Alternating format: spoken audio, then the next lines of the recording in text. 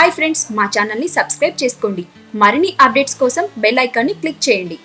Hi friends, welcome to my channel. Get ready. Rangasthalam ఘన విజయంతో తిరుగులేని ఫామ్లోకి వచ్చిన mega power star Ram Charan ఈ సంక్రాంతికి వినే విదే రామ అంటూ అభిమానుల ముందుకు రాబోతున్నారు. అంతేకాదు, ఈ సినిమా విషయంలో ఫామ్తో పాటు ఓ సెంటిమెంట్ కూడా రామ్ చరణ్కి తోడవుతుంది.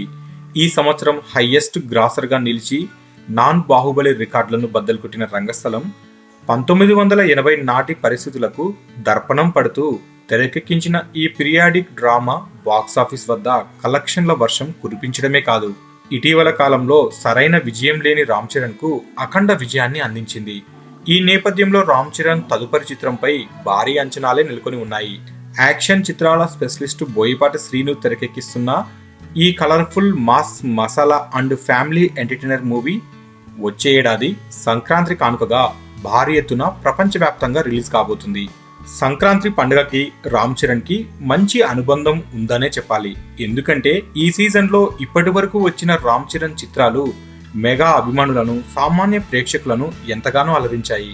2013 సంక్రాంతికి రిలీజ్ అయిన నాయక్ బాక్సాఫీస్ వద్ద వసూళ్ల వర్షం కురిపించగా 2014 ఎవడు కూడా బాక్సాఫీస్ వద్ద వసూళ్ల ప్రభంజనం సృష్టించి అభిమానులను కూడా ఓ రేంజ్లో ఎంటర్టైన్ చేసింది.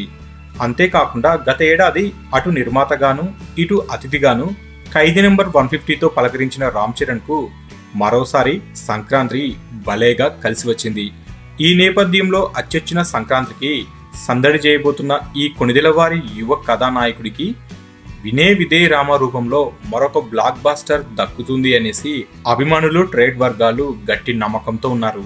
మొత్తానికి సంక్రాంతికి వినే విదే రామ వసూళ్ల ప్రభంజనం ఏ రేంజ్లో ఉంటుందో వేచి చూడాలి.